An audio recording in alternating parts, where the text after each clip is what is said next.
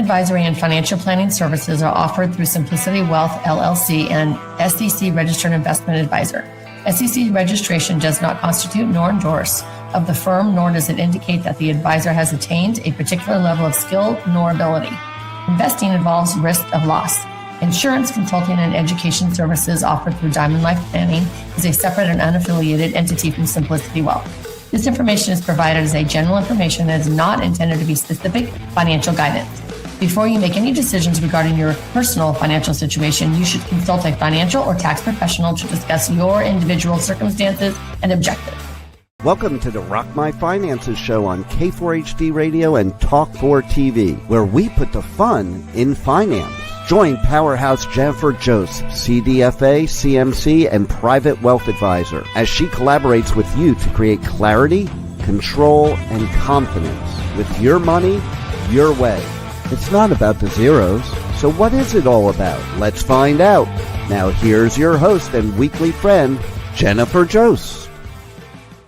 Sup, y'all? How you doing? Welcome to Rock My Finances.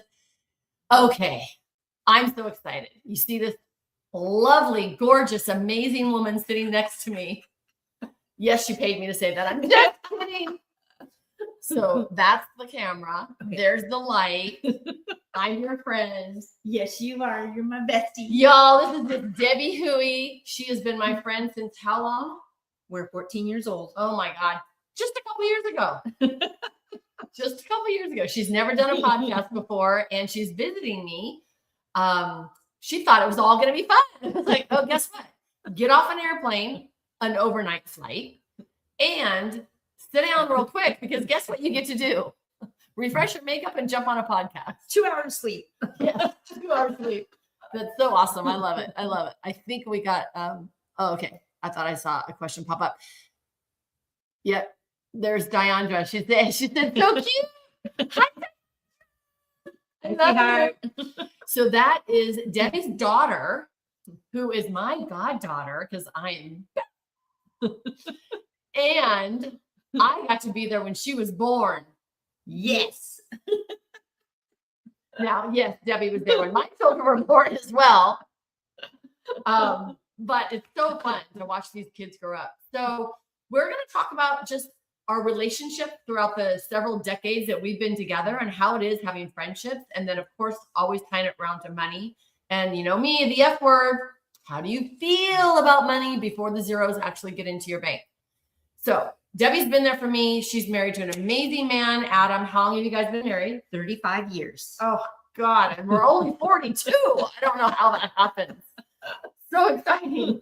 So poor Adam got me thrown into the whole thing, because now he's a bestie as well. And he didn't know that he was going to get me along with Miss Debbie all these years. And then they went and reproduced and had another Debbie, Miss Diandra. So we've had a really good life together. And I can tell you, we've been there for each other on all the ups and downs. Absolutely. Right? Money. Oh my God, I'm going to get weepy. A lot of ups and some downs. That's true. I like it. I like ups. I like roller coasters. We got lots of good ups for sure. Speaking of a good up, Diandra just got married to a fabulous man, Mr. Reed. Reed's her dude now, and Diandra is expecting. So I'm going to ask you, before we get into that, I'm going to ask the same question I ask everybody. Debbie, since this is Rock My Finances, what did you spend money on recently that you enjoyed? I bought my daughter's invitations for her baby shower that's coming up in April, and I loved the whole idea of picking them out and personalizing it, and it just makes it feel more real that the little man is coming. We're having a little grandson. Do we have a name? Well, I think they're going to go with Sterling, that they're kind of popping that around, but we'll see. There's probably a few on the table right now. Yep. Okay. Probably. Awesome. I'm so excited. So excited. What did she say? We see that popping up. We can't tell if it's. So if you could put in the chat, Rebel, when Diandra makes the call. Oh, there she is. We do have lots of names. Okay. Yeah. They got lots of names popping around. Okay. That's awesome. How can I turn my name into a boy name? Jeff is good. Jeffiner, Jeff. I'm kidding. I got an Uncle Jeff. Oh yeah, we already got Uncle Jeff.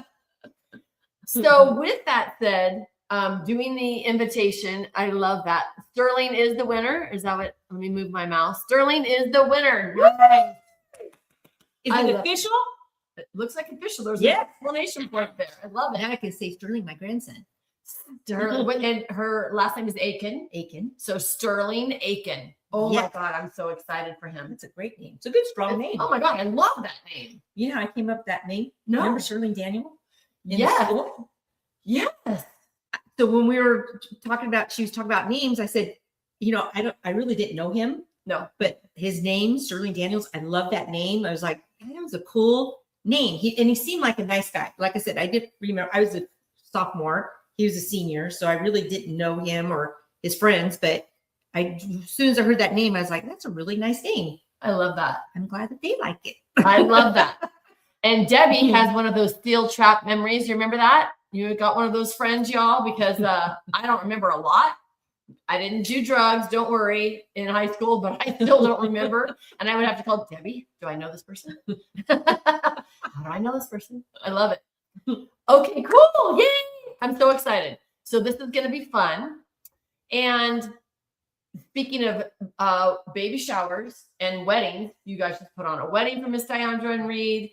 All of that is finances, right? I'm sure you're going to retire one day. Have you ever thought about retiring? I'm hoping a couple more years. Okay, 67? 65. Oh, she's doing 65. I'm hoping 65. And we'll add Medicare, baby. Medicare. We cover that insurance, right? Exactly. Oh my God, I love that. So it's funny around my community. We're like, it's the big birthday. It's the Medicare birthday because then they get to reduce their expenses. I love that. And it really pisses me off, actually, that I've been in this financial industry for decades. And we have these special dates, right? We have the 55 date you can take out of your 401k. You can, an IRA catch up after 50, 59 and a half, you can take money out without.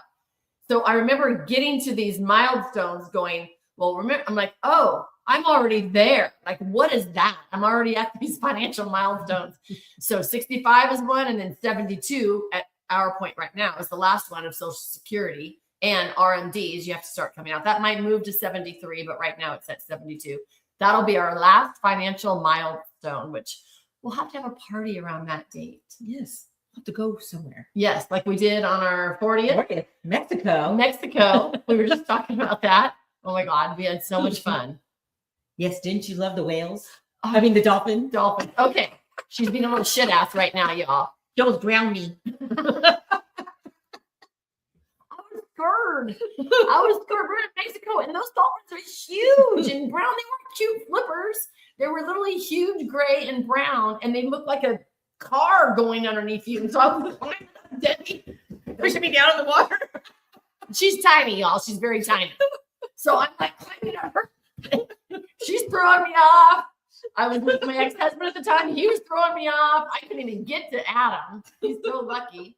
Oh my God, that was hilarious. And then finally, I calmed down and I enjoyed, and then we hung on to when she was getting out.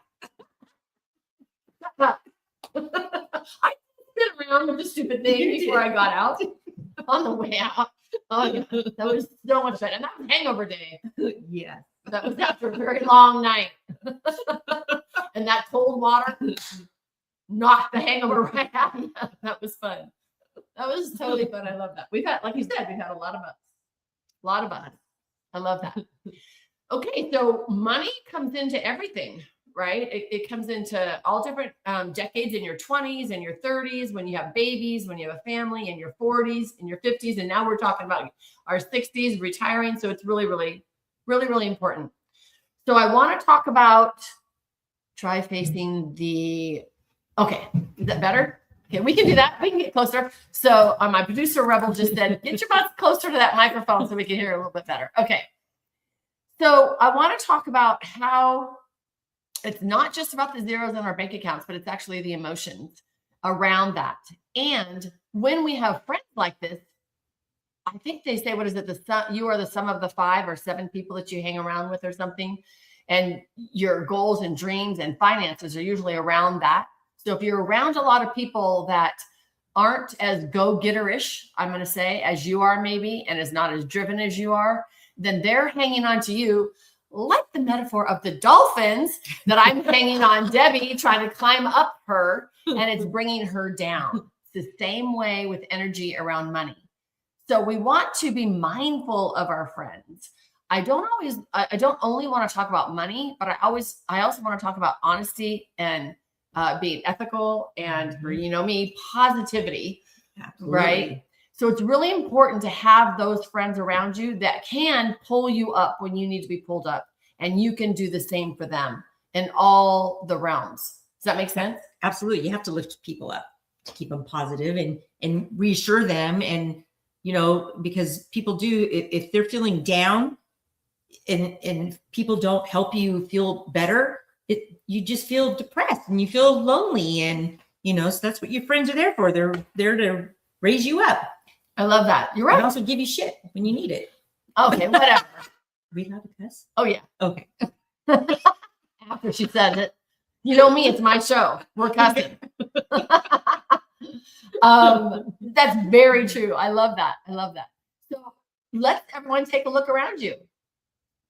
What friends do you have? Do you want to keep them? It's your choice, just like your money. Where do you spend your money? Do you want to spend your money the same way next month as you did last month? Or next year as you did last year? It's your choice. It's your choice. I chose to keep Debbie in my life. She didn't have a choice. Well, she does every day. Every day we choose to have our friends, right? And, you know, I've found too, a lot of friends of mine now are restructuring their friendships. So we're in a different community because we all just kind of met each other. But I've talked to a lot of people that are looking back at their friendships, and they are reorganizing at this age in their 60s. Do you know anyone that's doing that? No. Okay. So it might be a thing about living here. I'm not sure. But they're reevaluating their friendships, which is interesting to me. I know we do that when we have kids. Are they reevaluating because they're not in the same income levels, or nope? It's all about emotions. Okay. It's about emotions. It's about energy suckers. It's about positivity. Maybe the older we get, we think we can mouth off a little bit more, and some people don't really care for that so much, and they don't want to be around that. I get that. And they're trying to remain positive. I also am a certified grief counselor, so I do have a grief group. So we try to stay positive around that. And so when you're going through a trauma, a change of life, illness or something, staying positive is huge. So you don't want that whole humdrum person that's going to drag you down again, right? You want to be able to help them to a certain extent. But if they keep pulling you down, then yeah, I get that. You got to let go. It's exhausting. Yeah, exactly. That would be horrible. It is. Yeah, it absolutely is. And it's being a codependent, being raised in an alcoholic home, number one codependent here. I don't want to hurt anybody's feelings, and I don't want it to look bad on me and all those little wounds that I have, right? So I've recovered from that a lot. And having honest friends next to you, they're going to slap you and say, be yourself.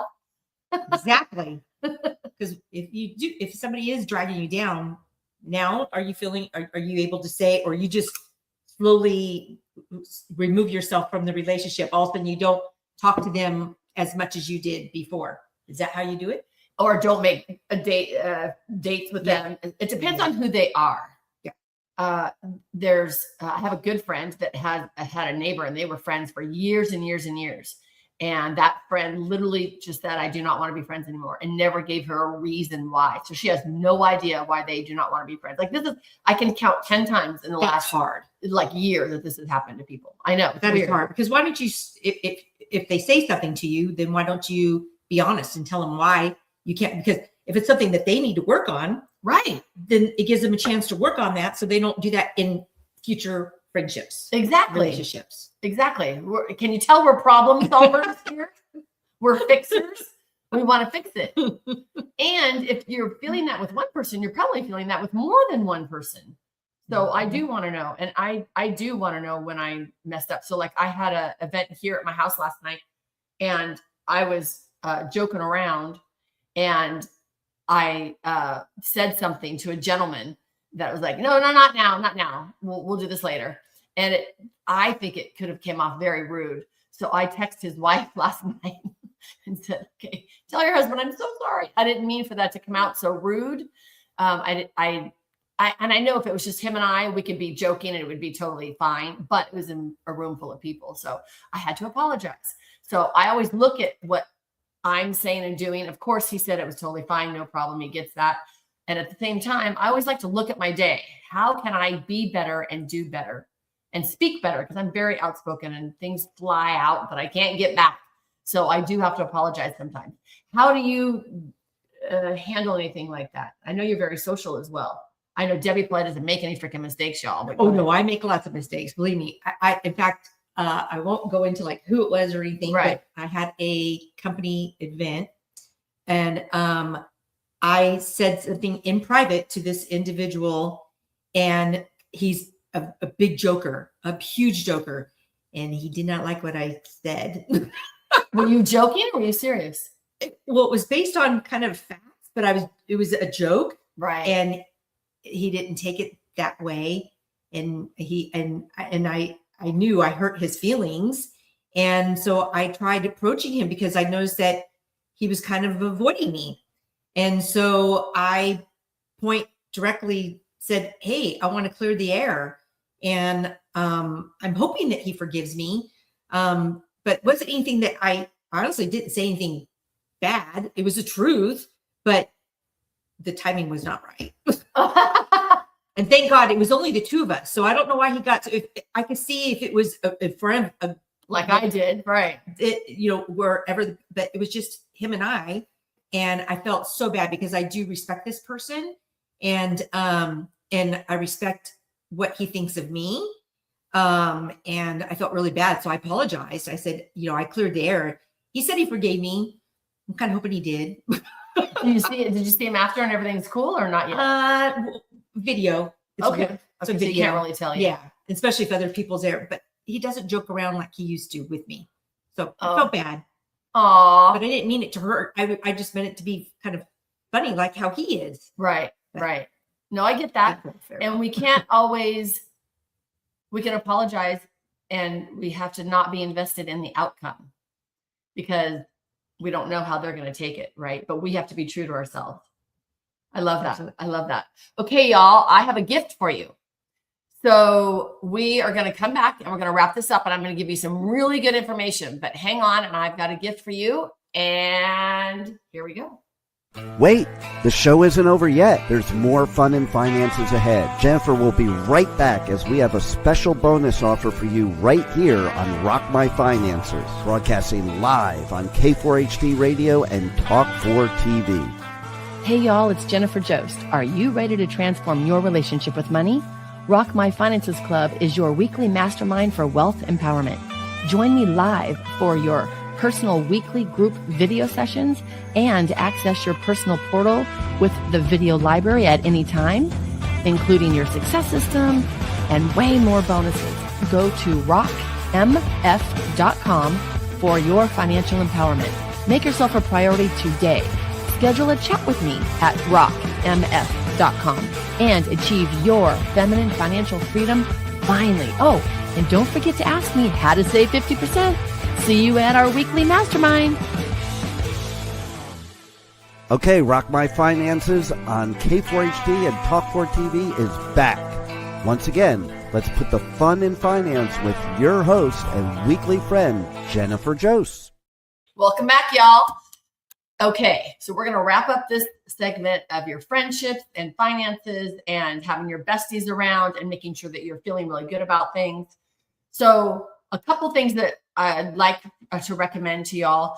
If you're unsure, like Debbie did, ask a question. Like I did. I'm sorry. If I was in the same room with them, I might have said, did that hurt your feelings? Or, was that out of line or whatever? What's one thing that you want to leave behind with the audience, Miss Debbie? Just really be honest and be your true self. I find that if I try to be something different, it doesn't come across genuine. So I just say, really be yourself and what feels good inside. And, always the old saying, treat others as you'd want to be treated. Yep. Very true. Very true. And try to pull that back once it flies out. And forgiveness, right? Forgiveness is huge. I have to forgive myself first, which is what I know a lot of women don't do all the time. We don't forgive ourselves. So we have to start with ourselves first before we can forgive anyone else. So with finances, friendship, everything, rely on your friends. Like I have another group of friends that we video each other every day, and we talk every day. So I know what they're doing. They know what I'm doing. And when I'm feeling down or feeling great, I can't wait to celebrate. I can't wait to share what's going on. And with that, it gives me stability. So wherever you can find stability, like I know Debbie and Adam and Debbie's mom, Miss Lexi, love you, mom, is always there for me. They've been my stability through my traumas, through losing my kids, through remarrying a couple times, and then having more kids. And I'm not done yet. You never know. I could get Easter right. Should be. You should be. I know, right? So all of that, you have stability in your friends that really are honest and true to you. And you have that reliability that you can count on.